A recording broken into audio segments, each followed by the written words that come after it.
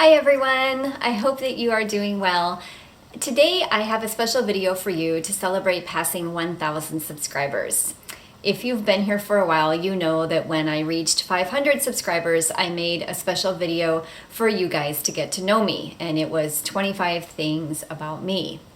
So today I'm making another video that will help you get to know more about me by answering your questions. Be sure to stay until the end of the video because somewhere in this video I have a question for you. So let's get to those questions. The first question comes from a viewer who asked, "Are you American? Are you a native speaker? And where are you from?" So yes, I am American, and yes, I am a native speaker of English. I was born in Kansas, and I've lived all over the United States because my father was in the military, and I currently live in California.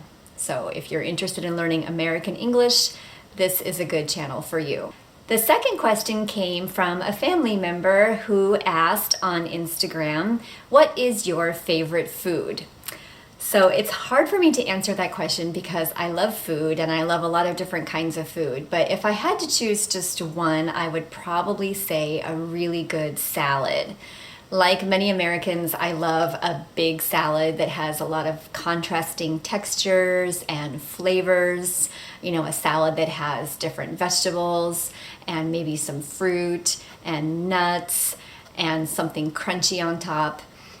If I had to choose a second food, it would be a really good plate of pasta. I love all different kinds of food, but I especially love Italian food. The next question comes from a subscriber whose comments I always enjoy reading. Himaja from India wants to know, what are some attractive tourist places in the US? Well, the US is a huge country and it has a lot of really nice things to see. The US doesn't have a lot of beautiful old buildings like your country does, but it has amazing nature and a lot of fun and different places to visit.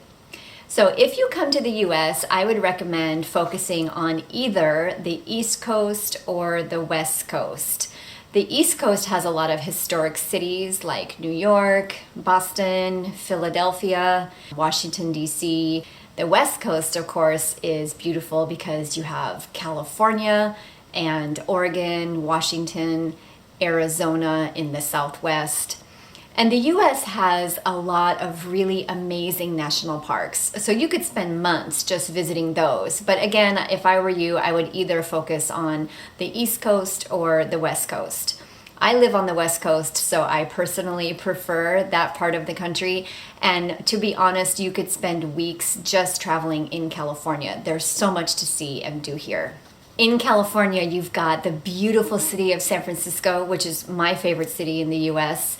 And then there's the beautiful nature of the coast all the way down Highway 1 toward Los Angeles.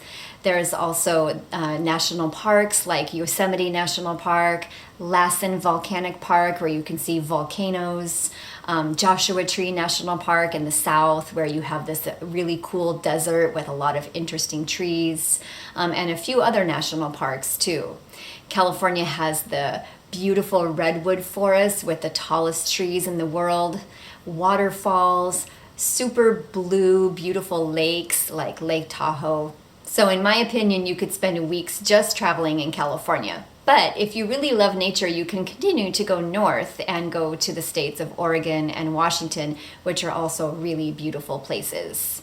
The next question comes from Claudio. Claudio was a student of mine about 15 years ago, and he wants to know, what was your best family travel experience and why?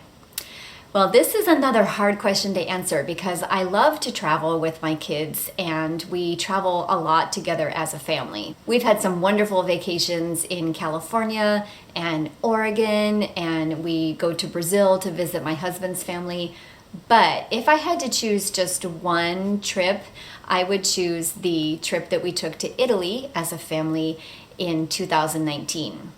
This was a great trip because we all really loved it. We loved the food, we enjoyed looking at the art. My kids were old enough to appreciate everything, and they were able to experience another culture and see the way that people live in a different country. The next question comes from Basina, who is a student of mine this semester, and she wants to know, what kind of food do you like, and do you like to try foods from different countries? Well, I like a lot of different kinds of food, but I do have a pretty healthy diet. I don't eat fast food, I don't eat hamburgers, I don't eat a lot of junk food. I eat a lot of fruit, vegetables, grains, beans. I used to be a vegetarian, but I now eat meat, so I also eat some meat, and I love coffee and dark chocolate. I also cook at home pretty much every day, so I like to prepare healthy meals at home. About food from other countries, yes, I love to try food from other countries. And in fact, some of my favorite foods are foods that are not considered American foods. For example, I make a lot of Indian dishes at home, a lot of like lentils with Indian spices. So my question for you guys is, if I go to your country, what is one food that I should try? So I would love to know what is a really great dish from your country. I can try to find it here in the US, or I can try to make it. Or if I travel to your country, I will look for it there and try it. The next question comes from William on Instagram, and he wants to know, do you know about brigadeiros and what do you think of them? Brigadeiros is a Brazilian treat or little dessert that is made with sweetened condensed milk and chocolate. And it's a really common treat in Brazil. You can find them at all the cafes, and they're often served at parties. Yes, I know about them. I've been to Brazil many times, and every time we go there, we get these little treats when we go out, and my kids are crazy about them. In fact, sometimes my kids make them at home to serve at a birthday party or when we have a special occasion. The next question comes from a student of mine who wants to know what language we speak at home. Well, I'm a native speaker of English, but my husband is a native speaker of Portuguese because he's from Brazil. So we speak both languages at home, and my kids are bilingual. The way it works in my house is that my husband and I speak English together, but he speaks Portuguese to my kids, and my kids need to respond to him in only Portuguese. When we sit at the dinner table, we go back and forth between the two languages. So if I'm talking to my kids or to my husband, I use English, but he responds in Portuguese, and the kids will use English or Portuguese depending on who they are talking to. One thing that was really important for this situation is that I started learning Portuguese when I met my husband. And so for that reason, we are able to understand each other. If he uses Portuguese with my kids, I understand everything, and that allows us to have this two-language household. The next question comes from Rodrigo in São Paulo, Brazil. He says, if my memory serves right, you play or used to play a musical instrument. If so, what instrument was it, and how long did you study music? Well, good question. When I was a kid, most children in elementary school were required to start playing an instrument. And so when I was in second or third grade, I don't remember exactly, but I was about 7 or 8 years old, I started playing the flute. And I played for about 3 years in school. And then I changed schools, and the new school that I went to didn't have this music program, so I stopped playing. I enjoyed it, and because I was a competitive kid, I wanted to learn how to play it well, and so I tried hard. But I would say that I definitely don't have a lot of skill in music. I don't have a great ear for music, so music is not really something that I do well. I love to listen to music, but I don't really play music well.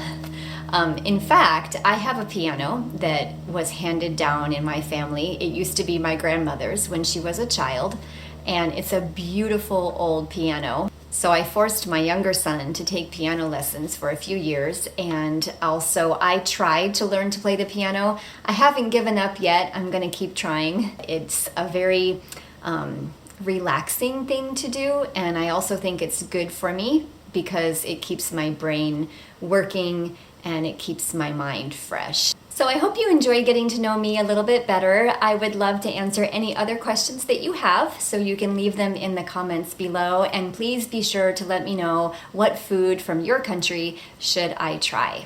If you enjoyed this video, please give it a like, and I will see you back here very soon. Take care.